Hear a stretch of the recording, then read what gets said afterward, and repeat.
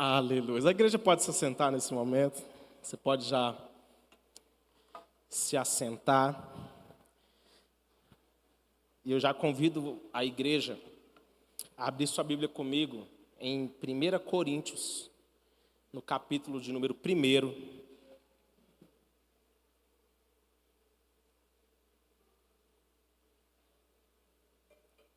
As crianças estão já liberadas para o momento delas, para o culto delas. E você abre a sua Bíblia, por gentileza, em 1 Coríntios, no capítulo de número 1. Eu vou ler apenas um verso, então, se você estiver com a sua Bíblia, você pode abrir também.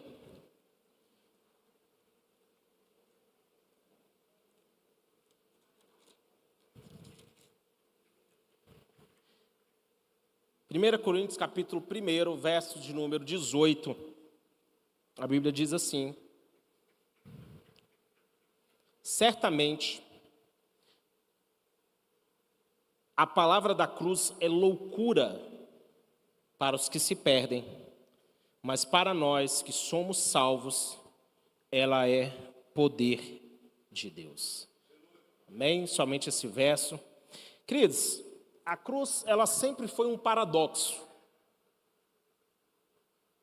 Ela é símbolo de vergonha e derrota para os homens, mas ela é revelação do amor e do poder de Deus para aqueles que creem. Paulo, ele escreveu aos Coríntios em meio a uma cultura grega fascinada pela filosofia, pela lógica humana, mas ele afirma que a verdadeira sabedoria se revela na loucura da cruz. A cruz, ela, para o judeu, ela era o símbolo de uma maldição. Como está escrito lá em Gálatas, ele repete que Jesus morreu na cruz e há uma maldição que diz, se não me engano em Deuteronômio, maldito é todo aquele que for pendurado no madeiro. Para os romanos, a cruz já era uma demonstração do seu poder, da sua força política. Para Jesus, a cruz foi dor extrema, humilhação, mais um amor sacrificial. Para nós, a cruz ela representa a obra redentora que nos alcançou. Quantos foram alcançados por essa obra redentora em nome de Jesus? Alguns médicos, eles vão descrever que durante a crucificação, o corpo ele entra em choque. Os açoites causam hemorragia e exposição de músculo. A posição na cruz, ela provoca asfixia progressiva. Cada respiração exige muito esforço, tornando-se uma das mortes mais dolorosas já concebidas. Tem um doutor chamado Truman Davis, que é um médico cristão. Ele vai dizer que a dor da crucificação é indescritível, que cada nervo do corpo grita, enquanto o coração luta para bombear sangue e os pulmões colapsam lentamente sob o peso do corpo. Uma frase vai dizer que Cristo suportou o inferno que nós merecíamos, para que pudéssemos herdar o céu que nós não merecemos. A cruz, ela é o símbolo da nossa redenção. Ela não é um amuleto, ela não é um objeto místico, ela não carrega nenhum tipo de poder, mas sim, de fato, ela é o símbolo da nossa redenção, porque nela a nossa dívida foi paga. Em Colossenses está escrito: quando vocês estavam mortos nos seus pecados e na incircuncisão da carne, ele lhes deu vida juntamente com Cristo, perdoando todos os nossos pecados, cancelando o escrito de dívida que era contra nós e que constava de ordenanças, o qual nos era prejudicial. Removeu-os inteiramente, cravando-os na cruz. A cruz, ela desarma o inimigo e nos dá liberdade. Levanta suas mãos assim e declara: já foi pago. Fala comigo: já foi pago. O preço que nós deveríamos pagar, ele pagou naquela cruz. O escrito de dívida que era contra a minha vida, que era contra a sua vida, que era formado por conta da falta de obediência às ordenanças, aos mandamentos. Ele pegou toda essa sentença que nos era contrária, ele cravou na cruz o justo que morreu pelos injustos, para que nós fôssemos conduzidos a Deus. Billy Graham tem uma frase que ele diz: quando Jesus estava naquela cruz, sangrando e morrendo, era Deus dizendo ao mundo: eu te amo. Na cruz do Calvário, a fraqueza de Deus venceu a força do homem. Na cruz do Calvário, os poderes deste mundo foram subjugados diante daquele que é o Rei dos Reis e Senhor dos Senhores. Porque está escrito em 1 Coríntios capítulo 1, verso 25, que a loucura de Deus é mais sábia do que a sabedoria humana, e a fraqueza de Deus é mais forte do que a força humana. Naquela cruz do Calvário, imagine que para o diabo era vitória. Para os líderes religiosos, movidos por inveja, aquilo que era um empecilho, aquilo que estava afastando a força deles, estava sendo vencido. O sistema do mundo achou que tinha prevalecido, mas naquela cruz, querido, algo que não estava sendo visto por olhos naturais aconteceu. Todas as hostes malignas, todos os poderes das trevas estavam sendo subjugados. Sabe por quê? Porque na cruz do Calvário, o Jesus Cristo, o santo que veio ao mundo para nos resgatar, estava pagando o preço da humanidade. Aquilo que o sacrifício de animais não podia fazer, não tinha força para fazer, ele veio derramando o seu sangue precioso para que o preço da humanidade fosse pago. A cruz, ela revela o amor incondicional de Deus por nós. A cruz, ela é a prova definitiva do amor que Deus tem por cada um de nós. Foi esse amor que nos alcançou. A cruz é a expressão do amor de Deus. Ela é a expressão da graça máxima que nos alcançou. E graça, sempre nós falamos, é o quê? É o favor imerecido. Graça, acredite, é poder ser melhor hoje, sem o peso de quem nós fomos ontem. É pela graça que nós podemos andar em novidade de vida. Entenda que graça não é licença para pecar, mas é poder para viver uma vida nova. Billy Graham tem uma outra expressão que ele diz: na cruz Deus fez por nós aquilo que nunca poderíamos fazer por nós mesmos. A graça, ela não nos deixa presos ao passado, mas ela nos projeta para o futuro em Cristo. A graça, ela revela a obra redentora de Jesus. Romanos capítulo 5, verso 8 diz: mas Deus prova o seu amor para conosco pelo fato de Cristo ter morrido por nós quando ainda éramos pecadores. Eu vou ler de novo. Deus prova o seu amor para conosco. Deus prova o seu amor por você, Jefferson. Deus prova o seu amor por você, Marcos. Deus prova o seu amor por nós, por cada um de nós, pelo fato de Cristo ter morrido por nós quando ainda nós éramos pecadores. O que isso quer dizer? Você não fez nada para merecer. A graça que está ativa na nossa vida, ela não vem em resposta a um bom comportamento meu. A graça que está sobre a minha vida, sobre a sua vida, ela não vem porque você é um bom marido, um bom empresário, um bom pai, um bom funcionário. Não! A graça é algo que veio sobre nós quando nós ainda estávamos lá, cheios de falhas, vivendo uma vida de pecado. Ele já pagou o preço, mesmo você sendo um pecador. Isso é graça. A graça, ela está ativa na nossa vida. A graça é Deus se manifestando em nossa vida a cada dia. Há um versículo que diz assim: com amor eterno eu te amei, com benignidade eu te atraí. Entenda que não é por merecimento, é a decisão soberana de Deus. Max Lucado, ele vai dizer assim, que Deus prova que na cruz, Deus provou que preferia morrer a viver sem você. Fala isso para o seu irmão assim: Deus preferia morrer a viver sem você. Sabe o que isso quer dizer? É um amor imensurável.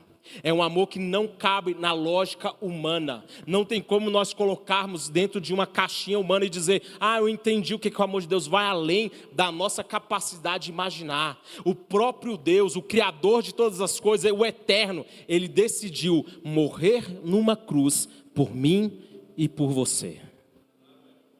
O seu valor é o valor do Filho de Deus em uma cruz.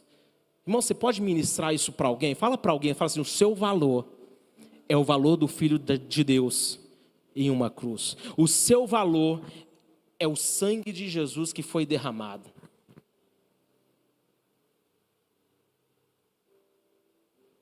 Cadê o Marcos?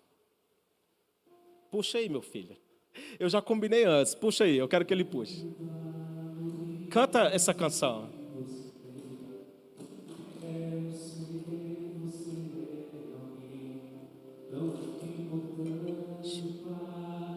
Levante suas mãos e cante essa canção, vai.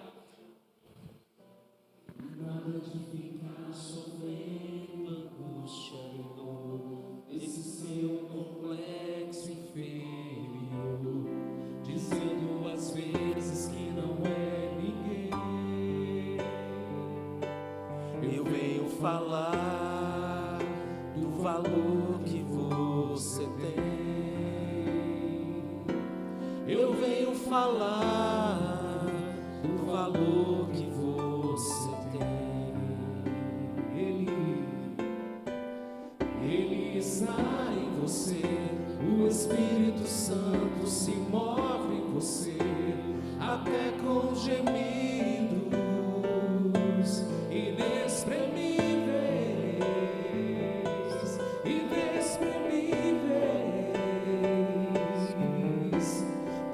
Você pode então perceber que para Ele há algo importante em você. Por isso levante e cante, exalte ao Senhor. Você tem o valor, o Espírito Santo se move em você. Aleluia. Você pode aplaudir bem forte ao Senhor? Você pode aplaudir bem forte a Ele? Oh, irmãos, essa é uma verdade para a sua vida. Você tem valor. Jesus morreu na cruz por você. Jesus morreu na cruz porque Ele te ama. Jesus morreu na cruz porque Ele decidiu nos amar. Jesus morreu na cruz porque Ele olhou para a humanidade e nos amou. Ei, você é amado por Deus. A cruz, ela revela o poder de Deus. Colossenses 2,15 diz: despojando principados e potestades, publicamente os expôs aos desprezos, triunfando sobre eles na cruz. Na cruz, o aparente fracasso se tornou a maior vitória do universo. A sabedoria humana vê fraqueza, mas Deus escolheu a fraqueza para envergonhar os fortes. Cristo nos resgatou da maldição da lei, tornando-se Ele maldição em nosso lugar. Para os judeus, maldição. Para os romanos, humilhação. Para Deus, o maior ato de amor. Os médicos, em mais uma breve citação médica, ele vai dizer assim, que os pregos atingindo os nervos, a asfixia gradual, a sede insuportável, isso foi uma dor real, não é simbólico. Jesus suportou tudo isso em nosso lugar. Jesus suportou todo esse peso, toda essa dor, todo esse sofrimento, por nos amar. E ao vencer na cruz, entenda, Jesus ele nos habilitou também para viver uma vida vitoriosa. Quando nós lembramos o sofrimento de Cristo, entendemos a seriedade do pecado, mas também entendemos a grandeza do nosso Deus. Apocalipse, vou ler mais um texto, diz assim: então vi no meio do trono e dos 4 seres viventes, e entre os anciãos, em pé, o cordeiro que parecia que tinha sido morto. Olha esse texto. Um cordeiro que parecia que tinha sido morto. Ele tinha 7 chifres, bem como 7 olhos, que são 7 Espíritos de Deus enviados para toda a terra. O cordeiro foi e pegou o livro da mão direita daquele que estava sentado no trono. Quando ele pegou o livro, os 4 seres viventes e os 24 anciãos se prostram diante do cordeiro, tendo cada um deles uma harpa e taças de ouro cheias de incenso, que são as orações dos santos, e cantavam um cântico novo, dizendo: digno és de pegar o livro, quebrar os selos, porque foste morto, e com teu sangue compraste para Deus os que procedem de toda tribo, língua, povo e nação, e para o nosso Deus os constituíste reino e sacerdotes, e eles reinarão sobre a terra. Essa é a canção que nós vamos cantar essa noite. Essa vai ser a verdade que nós vamos expressar. Ele é digno. Ele foi achado digno de abrir o livro. O João, se você ler o capítulo todo, você vai ver que o João começa a chorar porque não tinha ninguém digno. Aí aparece o Cordeiro que foi morto, aquele que morreu no nosso lugar, aquele que pagou o preço que era nosso. Ele foi digno de pegar o livro, de abrir o livro, de quebrar os selos e dizer assim: eu os comprei com meu sangue derramado naquela cruz. Ei, você foi comprado pelo sangue do Cordeiro derramado na cruz. Você tem um valor em Deus. Ele morreu por você, ele pagou o preço que era nosso. Oh, querido, nós o adoramos por isso, nós o celebramos por isso, nós levantamos a nossa mão, declaro com todas as suas forças: Ele é digno. Adore a Ele por um momento, vai, levanta suas mãos e adore a Ele. Diga: Senhor, obrigado, Senhor, pelo teu sacrifício, obrigado por morrer numa cruz em nosso lugar, obrigado por pagar o preço que era nosso. Tu és digno nessa noite de receber toda a honra, toda a glória, todo o louvor, toda a adoração, tudo que há em nós, ó Deus, que seja para louvor do seu santo nome. Ele é digno. Na cruz Jesus estava cumprindo a sua missão. A Bíblia vai falar que ele é o Cordeiro que foi sacrificado antes mesmo da fundação do mundo. Jesus veio à terra, e entenda esse ponto, ele veio à terra com esse propósito. Ele veio para morrer em nosso lugar. Jesus, ele veio, entenda que a sua humanidade, o Jesus homem, ele serve para nós, sabe, principalmente como referência de comportamento. A Bíblia vai falar que ele foi tentado em todas as coisas, porém sem pecado. A Bíblia fala em João, numa de suas casas, João vai falar que nós devemos, se nós dizemos que estamos em Cristo, nós devemos andar como ele andou. Jesus, como homem, ele é referência de comportamento, de tudo aquilo que nós devemos nos apegar e seguir e ter como referência. Mas na cruz do Calvário, ali foi a expressão máxima do próprio Logos, do Verbos, o Deus se fazendo carne, para poder levar sobre si aquilo que homem nenhum seria digno de fazer. Então ele veio, o Verbo se fez carne, habitou no nosso meio, vimos a sua glória como a glória do unigênito do Pai, cheio de graça e verdade. Então ele morre numa cruz, se sacrifica, para que você e eu hoje pudéssemos entrar no Santo dos Santos, através do novo e vivo caminho que é Jesus. Mas ele nos deu, como eu disse, uma referência. E ele fala: se alguém quer vir após mim, negue-se a si mesmo, tome a cada dia a sua cruz, não a minha, mas a sua cruz, e me siga. Ou seja, ele está falando: cumpra a sua missão. Viva o seu chamado, viva o seu propósito. A cada dia você precisa negar a si mesmo e tomar aquilo que é a sua missão, tomar aquilo que é a sua responsabilidade, aquilo que foi confiado a você. Tomar a cruz é assumir o nosso propósito e nossa missão. Mas acredite, muitos de nós estamos nos sobrecarregando, carregando fardos que o diabo nos impôs. Nós estamos, ao invés de viver o propósito, nós estamos nos cansando com o fardo da mágoa, das coisas mal resolvidas, da falta de perdão e de tudo aquilo que nos afasta do propósito de Deus. Você conhece a parábola dos talentos? Quantos conhecem a parábola dos talentos? Vocês são tudo bereia. A parábola dos talentos, ela revela a maneira como Deus trata aquilo que Ele nos confiou e a maneira como nós devemos nos comportar. A parábola dos talentos conta: um homem recebeu 5 talentos, um outro recebeu 2 ou 3? 2. Um 5, um 2, o outro recebeu 1. Aqui os universitários estão aqui para isso, tá vendo? Eles tiram a dúvida na hora. E aí a Bíblia diz que o que recebeu 5, trabalhou, se esforçou, ganhou mais 5. o rei diz para ele o quê? Servo bom e fiel. Tu foi fiel no pouco, sobre o muito eu te colocarei. Parabéns. Vem o que tem 2 talentos, cumpriu a sua missão, viveu o seu propósito. Mas aí chega aquele que recebeu 1. E ele diz assim, aquilo que o Senhor me entregou, eu enterrei. Porque o Senhor é aquele que colhe onde não plantou. Tive medo, então escondi o talento, está aqui o que é teu. E a palavra para ele foi o quê? Servo mau, servo infiel. Porque se você tivesse pego esse único talento que você recebeu e colocado no banco, ele teria rendido juros, mas não, você enterrou. E acredite, isso fala sobre a nossa missão também.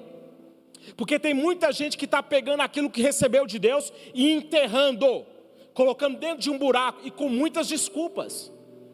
Irmão, se você for sentar com algumas pessoas, elas têm muitas desculpas para não servir a Deus. Elas têm muitas justificativas. Ah, pastor, eu fui ferido. Ah, eu fiquei chateado com algumas coisas. Ah, pastor, eu estou numa fase da vida agora, eu preciso estudar. Não, eu estou trabalhando muito, o momento agora eu não consigo. E nós vamos colocando coisas à frente, vamos enterrando aquilo que nós deveríamos estar administrando bem. Vocês estão entendendo isso aqui em nome de Jesus? Mas hoje eu quero liberar uma palavra sobre a sua vida. Tome a decisão de se desfazer de todo o peso emocional. Se desfaça hoje da bagagem das situações mal resolvidas, das feridas abertas. Receba por completo nessa noite uma cura para a sua alma. Não pare, exerça 100% dos seus dons. Faça tudo aquilo que Deus te confiou para fazer. E faça com toda a sua força. Irmãos, se existe uma palavra para nós, sabe qual é? O dia para começar, o dia para fazer, o melhor momento para se tentar é hoje.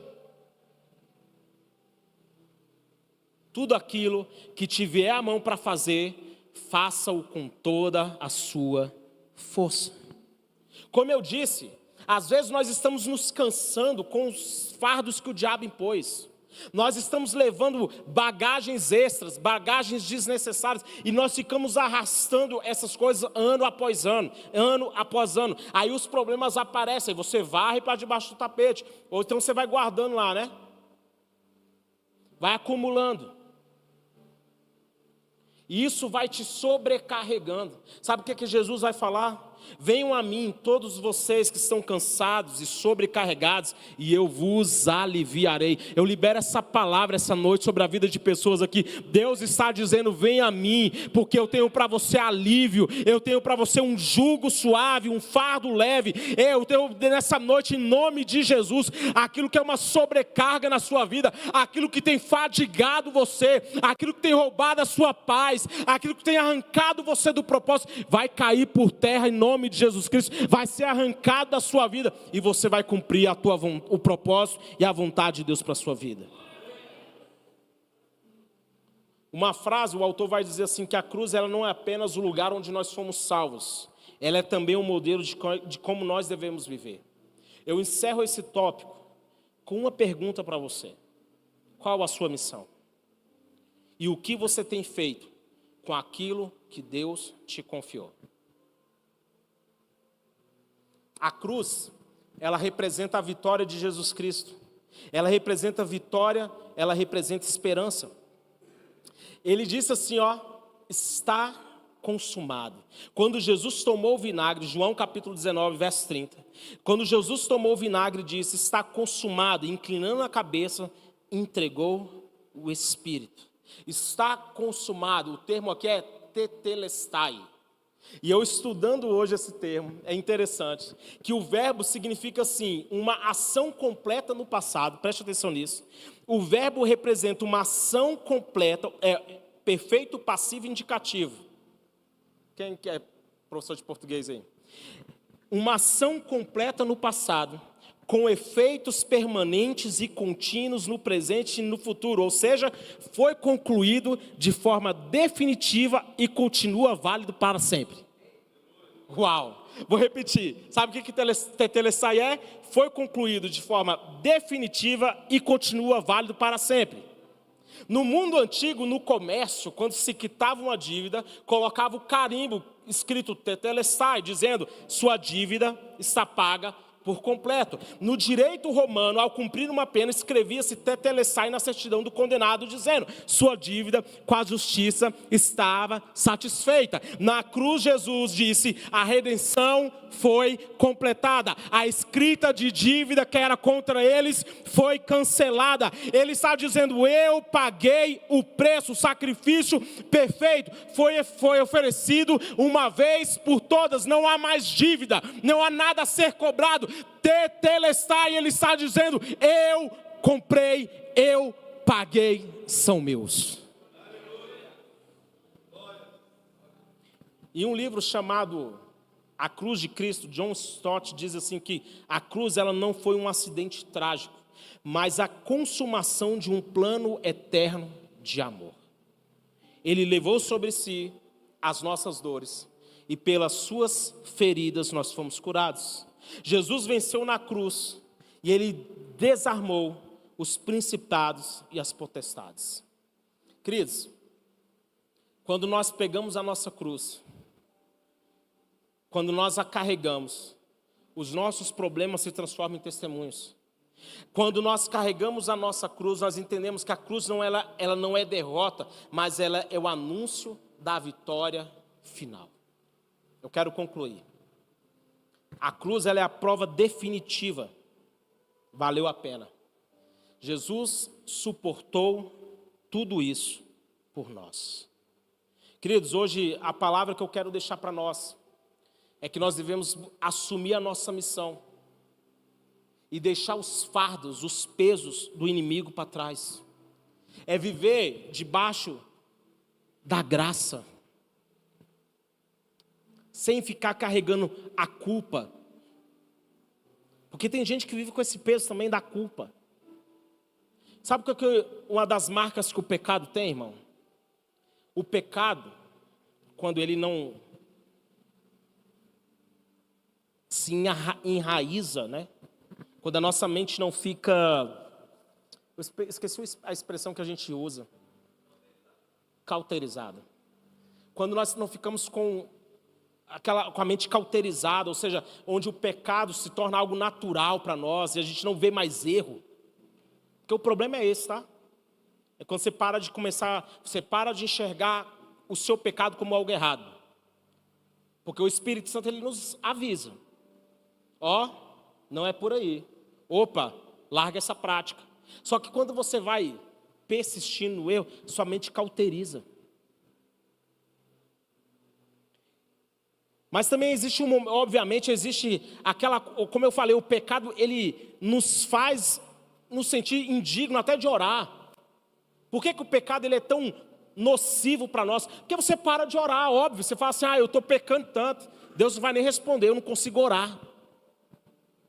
E tem gente que vai vivendo debaixo dessa culpa, e isso só vai te afastando mais de Deus. Mas na cruz do Calvário, Ele pagou o preço meu, o preço que era seu. Você pode hoje acessar a presença dEle com liberdade. Ele está dizendo para você essa noite, os seus pecados são perdoados. E as pessoas olham, quem é esse para perdoar pecados? Jesus, Ele demonstra o seu poder, a sua grandeza. Então eu repito para você essa noite, seus pecados estão perdoados.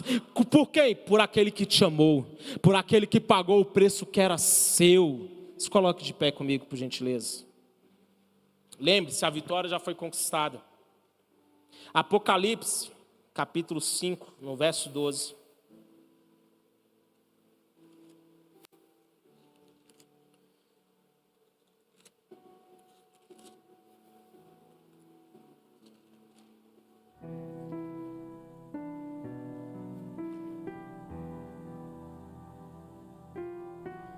Verso 11.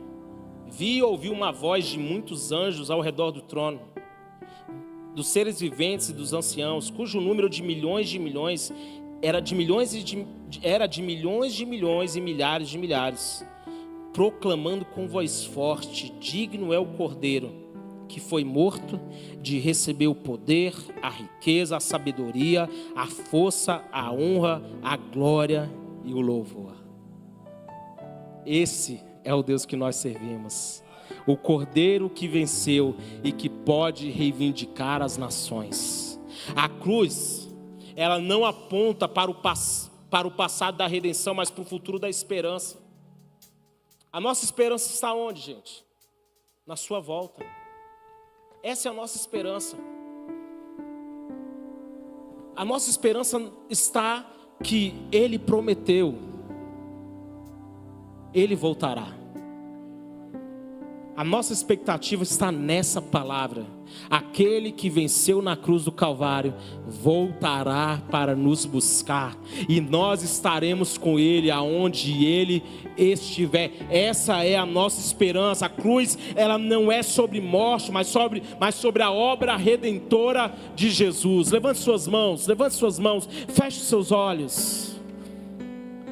Você pode hoje fazer uma confissão de fé.